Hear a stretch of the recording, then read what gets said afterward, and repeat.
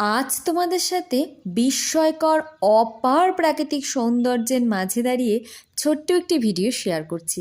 আশা করি তোমাদের বেশ ভালো লাগবে। যেখানে মেঘ হেঁটে বেড়ায়, চলো তার আগে গাড়িতে কে কে আছে দেখি। দেখো গাড়িতে কে কে আছে, এই তো দেখতেই পাচ্ছ, নিজেরা একদম বেরিয়ে পড়েছে নিজেদের গাড়ি নিয়ে। পেছনে আছে মা এবং ছেলে।